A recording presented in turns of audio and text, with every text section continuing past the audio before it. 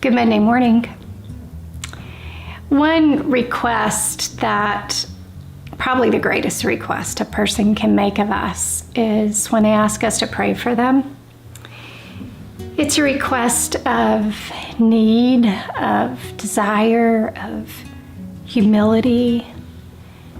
And a few years back, the Lord just really convicted me in this area of offering to pray for someone or saying, I will pray for you.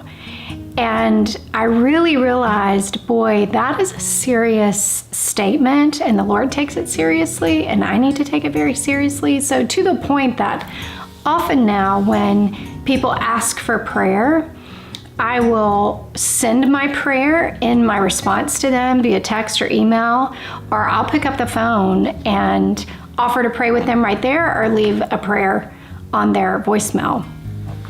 Because I've learned that if I say it, even though my intent is to do it, I can often forget. So Jesus brings us up in the Sermon on the Mount, and he says this in chapter 5, verses 35 through 37, or 33 through 37. He said, don't say anything you don't mean. Now, there's a big difference in saying, I'll pray for you with the intent to do it, but just offering it as some little get you off my back, or a little nicety, if you will, that really isn't the intent of your heart. Because remember, that's what Jesus is going back to in this entire Sermon on the Mount. What is the intent of your heart?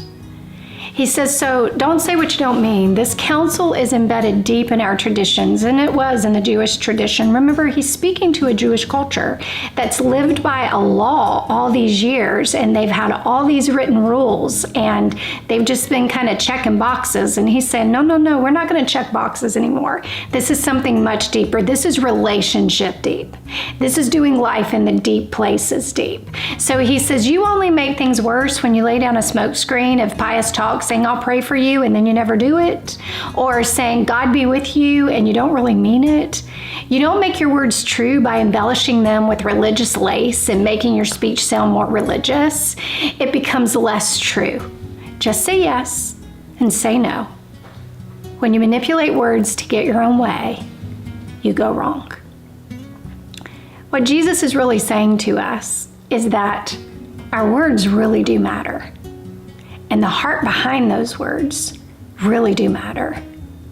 So this week, as you're processing or offering words to people, whatever they may be, I'll pray for you, or yes, I'll be there, or let your yes be your real yes. Let your no be your real no. If you have to say no, my little Southern friends, it's okay to say no. You don't always have to say yes, but let your yes be yes and your no be no. And if you say you're going to do something, realize the importance of our words and take stock at what's really going on in our hearts when we're saying what we're saying. Because that's what God's paying attention to.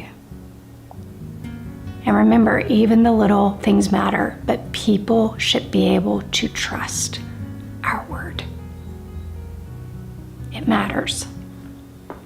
Our words really do matter.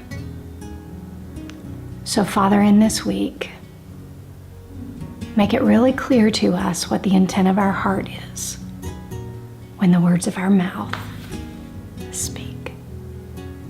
If your heart was encouraged today, please know that we have many other resources available for you.